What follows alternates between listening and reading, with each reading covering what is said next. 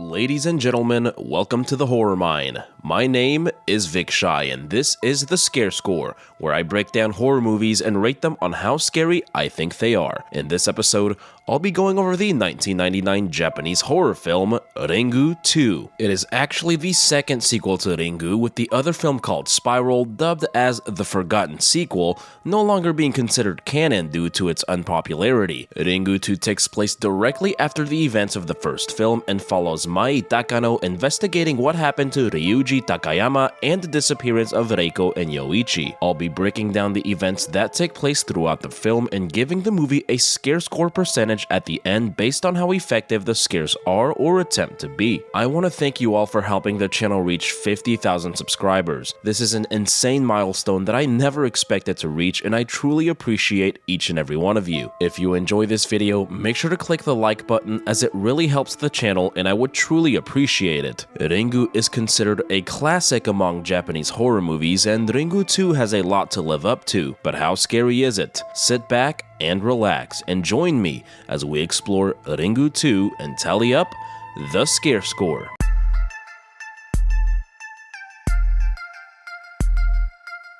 Our movie begins with Takashi Yamamura, Sadako's uncle, being asked to identify her remains by a detective named Omuta. Detective Omuta states that Sadako was trapped inside the well for over 30 years and that her father, Dr. Ikuma, died soon after the property was sold. In a scene that undoubtedly inspired 2004's The Grudge, Sadako's hair briefly emerges from underneath the sheet.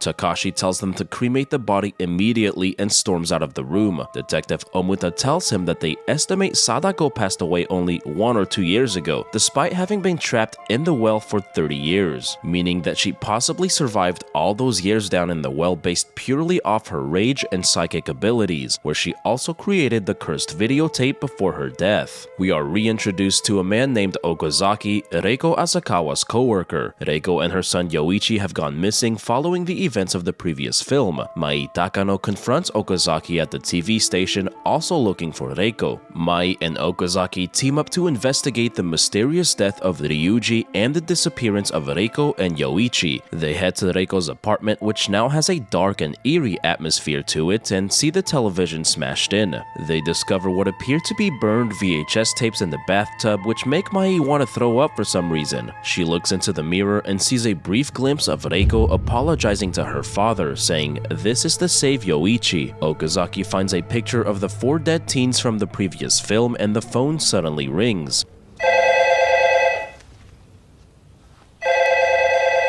While this film carries a different overall atmosphere than the previous film, it does a good job in carrying the same mystique when it comes to the eeriness of telephones and televisions. They receive a call from the police notifying them that Reiko's father was found dead, something I don't think they would have just told outright to a random stranger. Detective Omuta arrives at the scene and is shocked at the sight of Reiko's father's dead body. Inside, they find a note which reads, "Reiko, I got rid of the video, there's nothing to worry about." Mai and Okazaki visit Yoichi's school, where Mai sees a brief vision of Yoichi saying something inaudible to her. That night, Mai is visited by Detective Omuta in her apartment, where he questions her about Reiko and Ryuji. She tells him to leave, but he proceeds to try and creep her out with the details of the Sadako case. At the medical examiner's office, 2 doctors are trying to recreate Sadako's facial profile using clay. While riding the train, Mai sees the backs of whom she believes to be Reiko and Yoichi, but is unable to catch up to them. Okazaki begins interviewing a young girl named Kanae about the cursed videotape. Kanae says that she has a copy of the tape but hasn't seen the video herself.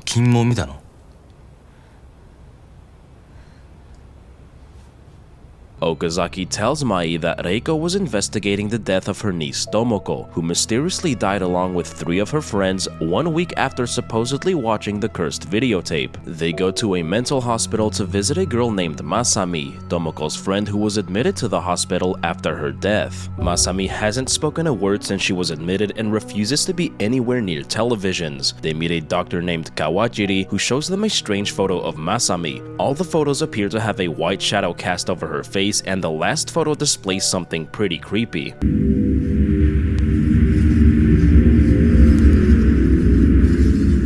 Another photo appears to show the character of Sada, showing that even though Masami isn't marked for death, she has been afflicted by Sadako's curse. The doctor calls it spirit photography and describes it as something in a person's mind that affects the light and exposure of a photo. Masami is being escorted behind a screen so that she doesn't have to see the television in the common area. She makes it about halfway before stopping to look at the TV. Just when I thought she worked up the courage to face her fears, she proceeds to traumatize all the other patients by projecting a part of the cursed video onto the television.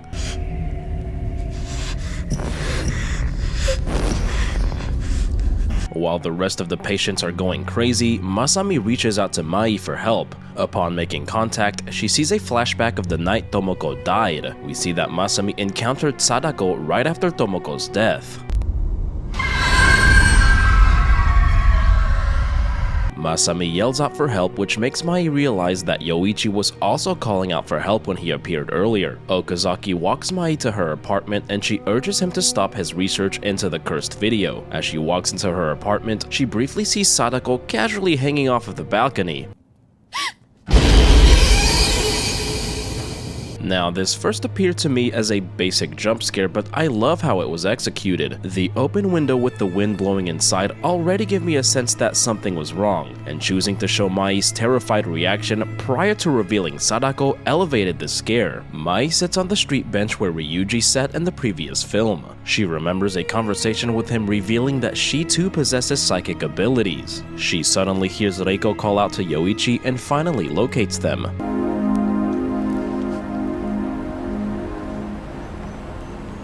We learn that since the events of the first film, they have been in hiding and Yoichi can no longer speak. Ganai brings Okazaki a copy of the tape and reveals that she watched the video herself the night before. She makes Okazaki promise to watch the tape so that she can survive the curse. He promises to watch the video with confidence and then proceeds to instantly shove it in a drawer. Mai starts spending time with Yoichi where he mentions that the woman with long hair is angry. Reiko says that ever since returning from her father's house, TVs turn on automatically when Yoichi goes near them. Since he is exhibiting the same symptoms as Masami, it is possible that he encountered Sadako at some point. She asks Mai to tell Dr. Kawajiri about Yoichi in hopes that he can help him. Mai returns to the hospital where the doctor is conducting an experiment on Masami. He tells her to concentrate on a cup of water, which transfers energy from Masami to the water itself. Okazaki and Detective Omuta are also there to view the actual experiment. The doctor now tells Masami to concentrate at the camera and the cursed video appears on the screen.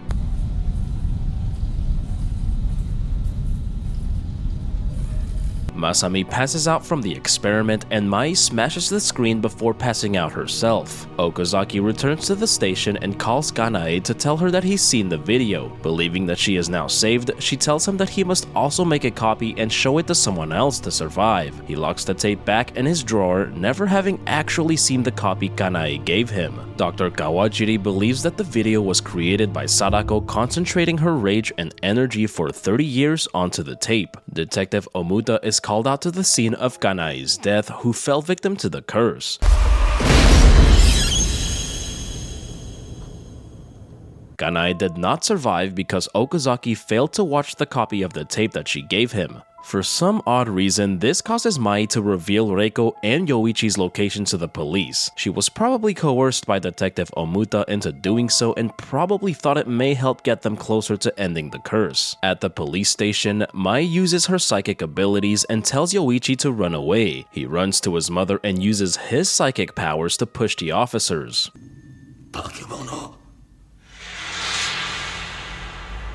They run out of the station but are stopped in their tracks by heavy traffic, though I'm not exactly sure why they couldn't have turned left or right. Reiko runs out into the street but suddenly stops as she sees a vision of her late father. He tells her that Yoichi is no longer himself before she is tragically struck to death by an oncoming truck. Blood fills the street as Yoichi unfortunately witnesses the death of his mother. An enraged Yoichi begins to force choke Detective Omuta but is stopped by Mai. Add a few reshoots and special effects and we'd have the Japanese version of Revenge of the Sith. While watching his interview with Kanae, Okazaki notices something very disturbing when rewinding the tape.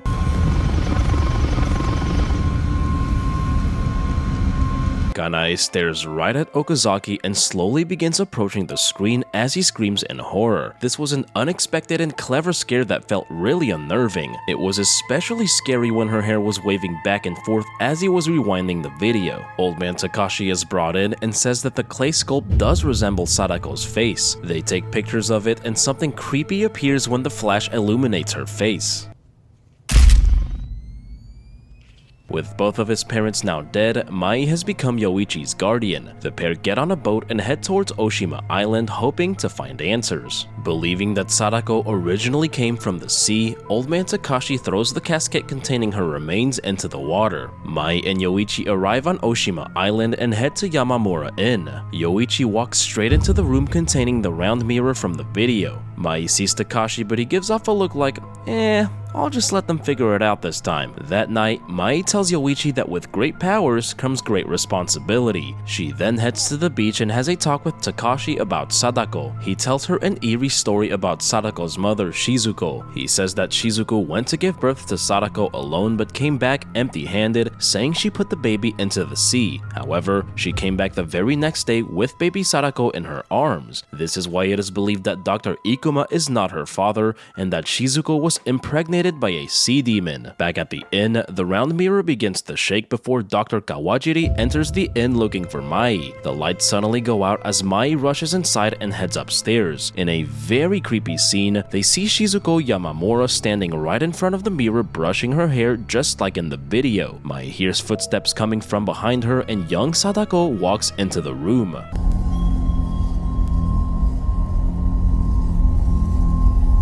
Shizuko suddenly slides out of view and creepily peeks her head back out. Shizuko's stare is very menacing here and is the creepiest part of this scene for sure. Mai closes her eyes and tells Shizuko that she's dead and not real, which causes the mirror to shatter. Dr. Kawajiri stands there like, I don't remember this section of medical school. Mai finds Yoichi sitting in the corner of his room staring into the darkness as if someone were there. Dr. Kawajiri decides to test Yoichi's abilities by making him concentrate into a cup of water just like he did with Masami. We see that Yoichi's energy is much stronger as a lot more water is absorbed by the paper. The doctor says that Yoichi is controlled by anger, which makes him summon Sadako, which is what happened the night before. Since the events of the previous film, Sadako's rage and energy have latched onto Yoichi, making him more powerful and unpredictable. Dr. Kawajiri wants to remove Sadako's energy from Yoichi into a large body of fresh water using Mai as a medium. He believes that Sadako's energy will disappear into the water and get rid of her once and for all. They are hooked up to a pretty convoluted machine while Old Man Takashi stands there for emotional support, I guess. Yoichi's emotions begin to transfer onto the screen and display pictures of his late parents. The doctor utilizes this to fuel his anger and tells him that Reiko died because Mai betrayed her. It worked? I guess that's an angry face. The cursed video appears on screen and the pool becomes filled with what I believe to be the tormented souls of Sadako's victims.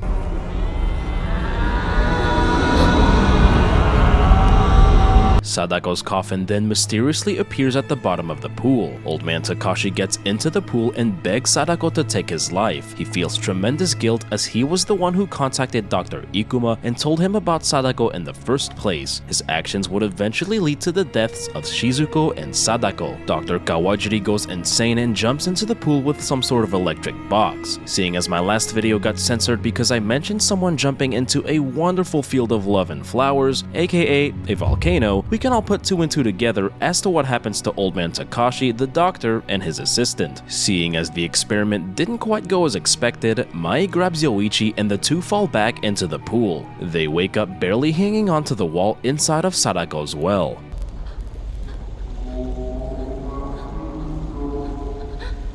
That voice never fails to creep me out. Barely hanging onto a rock wall isn't what Yoichi would consider fun, so he decides to take a plunge into the water. Mai follows after him and a rope magically appears from above. Ryuji suddenly appears from the shadows holding Yoichi as if he came out of Doctor Strange's portal ready to face Thanos himself. He grabs onto his son's hand and tells Yoichi to give him all of his fear. In this moment, Ryuji's spirit utilizes the last of his power and love for his son to free him from Sadako's grasp. Mai grabs onto the rope and Ryuji tells them not to look back before disappearing back into the shadows. Mai does the one thing Ryuji asked her not to do and Sadako emerges from the water. She is sporting her brand new state-of-the-art clay-made face and looks like true nightmare fuel as she climbs up the wall towards them.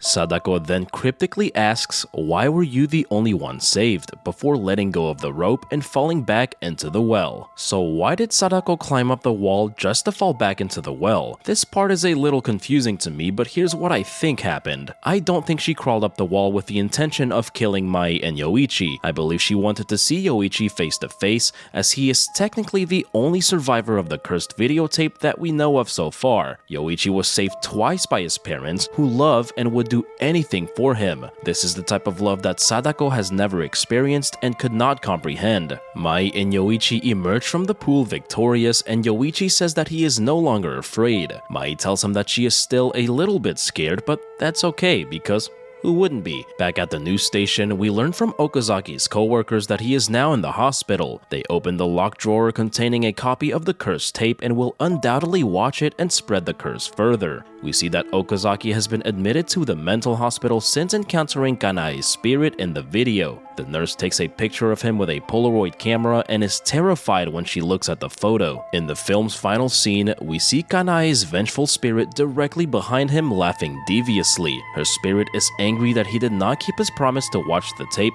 and will now haunt him for the rest of his life as the movie ends.